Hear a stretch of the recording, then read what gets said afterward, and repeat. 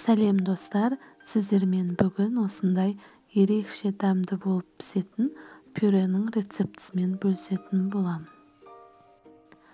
Алдымен картобымызды ашып, турап, жақсылап жуып аламыз. Содан соң қайнап тұрған суға саламыз. Дәміне қарай тұз саламыз. Жарты сағат картобымыз піскенше қайнатамыз. Содан соң картобымыз ыстық күйінде сармайымызды саламыз. Бір ас қасық қаймағымызды саламыз. Және піскен ыстық сүтімізді құямыз. Мен өзіме ыңғайлы болу үшін осы ыдысқа аударып алдым. Содан соң арнайы езгішпен еземіз. Егер тұзы аз болып жатса, осы кезде қосып жіберсеңіздер болады.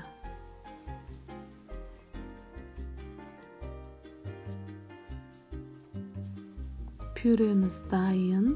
Міне осындай іртіксіз, мінсіз, өте дәмді болып шығады.